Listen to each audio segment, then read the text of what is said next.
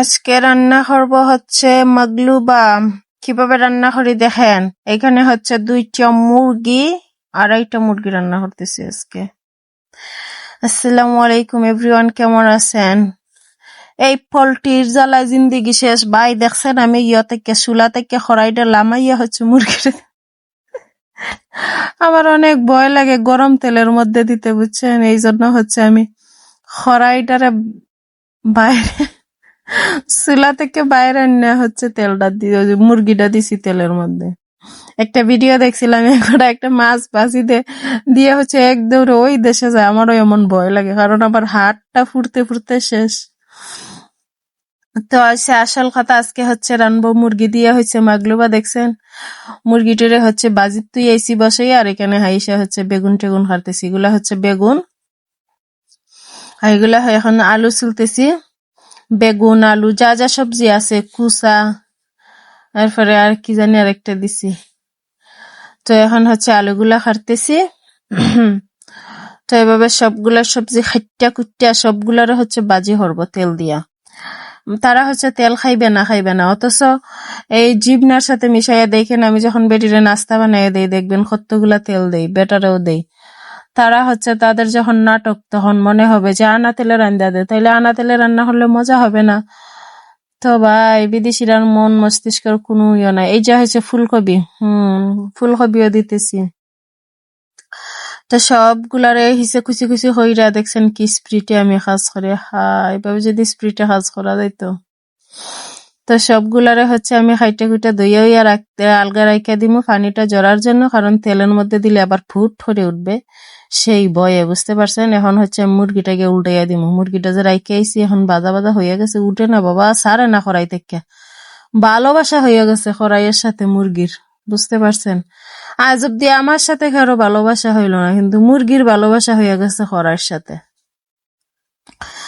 যাই হোক, এখন হচ্ছে যে সবগুলারে দুইয়াই হতে পেঁয়াজ তো হাঁটাই লাগবো। পেঁয়াজ হাঁটতে গেলে জিন্দেগির সবচেয়ে বড় কষ্ট ভাই। এই পেঁয়াজ হাঁটতে গেলে সবচেয়ে বড় কষ্ট। চৌকে ঝুললাম, মাথা উতা ঝুললাম, এখনো পেঁয়াজ কাটতে আইছি। পেঁয়াজ প্রতিদিন হাঁটা লাগে। আগে যদি জানতাম রান্নার কাজ, জানতামই তো, জানার পরেও যে কেন আমি রান্নার কাজে আইছি, আল্লাহ এই এফোর্টের সিফাতে এফোর্টছি। হা। এখন পেঁয়াজ কাটবো, পেঁয়াজ কাটলে আমার এত পরিমাণের চোখ জ্বলে, আধা ঘন্টা মাথা ব্যথা করে। আর হাত যদি দেখানো যাইতো, ক্যামেরায় তো এতটা ধরে না। হাত আস্তে ফোলা ফোলা হয়ে গেছে, ডাইন হাতের আঙ্গুল। কি করব, কিচ্ছু করার নাই। এখন যতদিন রিজেক আছে, রিজেক শেষ হয় না মানুষের। কেমনে জানি বাল বেড়া লেগে দেশে চলে যায়, আমি যাই গিতে পারি না, আমার শেষ হবে না। তো আমি মুরগিটা হচ্ছে বাজি হইয়া গেছে, তো আমি হচ্ছে মুরগিটা এখন তুলিয়া লিমু। একটু একটু কম হয়েছে, এই জন্য আবার উল্টাইয়া দিছি। এখন হইয়া গেছে, এখন হয়েছে মুরগিটা তুললা, তারপরে আস্তে আস্তে সবগুলা সবজি বাজি হরমো। এটা রান্না করা অনেক কষ্ট আছে, অনেক সময় লাগে, কত কিছু, কত তামসা করতে হয়। ক্যামেরায় তো মানুষের শুধু আসল একটু একটু ধরা হয়, তো বোঝা যায় না আসলে কতটা কষ্ট। এটা রান্না করতে প্রচুর কষ্ট হয়। তো এই যে বেগুন, কিন্তু সুন্দর লাগতেছে না? বেগুন খাইতে ইচ্ছা হয়, কিন্তু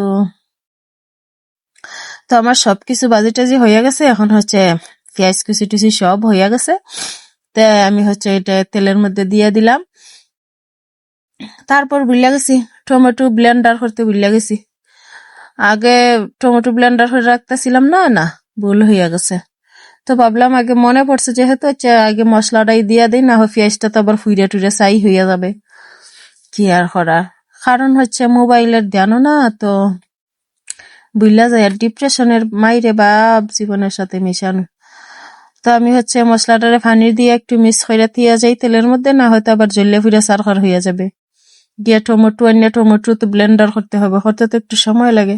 তাই মরিচ টরিচ যা আছে, এখানে ধনিয়া পাতা, পাতা ছিল, যা যা ছিল সব দিয়ে দিলাম একসাথে মিক্স করে। ভাই অসুস্থতা সময়ও না, কতদিন ধরে আইছে।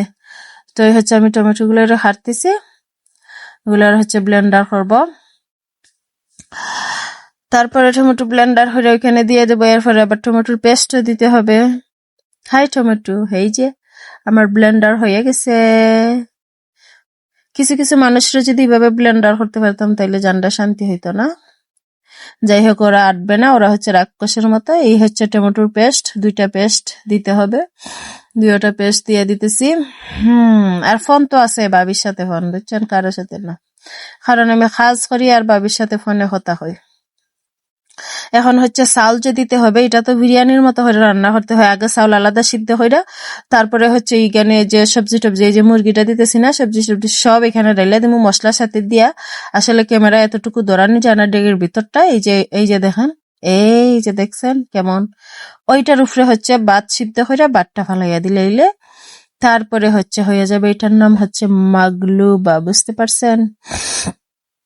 খাইতে অনেক টেস্ট হয় ভাই, কিন্তু টেস্ট হইলে কি হইছে, খাইতে তো পারি না, মোটা তো হয়ে যায়। দেখছেন কত বড়, এই যে দেখেন কত বড়, ইয়া সামারি বডি আমি, তাইলে এই যে এখন চাউল ফালাইয়া দিয়ে দিলাম। এখন আমার মাগলুবা হয়ে গেছে। সেই টেস্ট হয়েছিল, কিন্তু লবণ একটু কম হয়েছিল। লবণ কম হয়েছিল দেখে ভালো হয়েছে, কারণ আমার কফিল হচ্ছে লবণ কম খায়। বেটার হচ্ছে কি ডায়াবেটিস নাকি, আল্লাহ তুমি মাফ করো বাইরে। তো বেটায় লবণ কম হয়, এই জন্য হচ্ছে লবণ কম দিলে ভালো। কিন্তু আমার হচ্ছে যত জ্বালা, আমার লবণ কম হইলে ভালো লাগে না, টেস্টেই লাগে না। যাই হোক, আমার রান্না হয়ে গেছে। আমি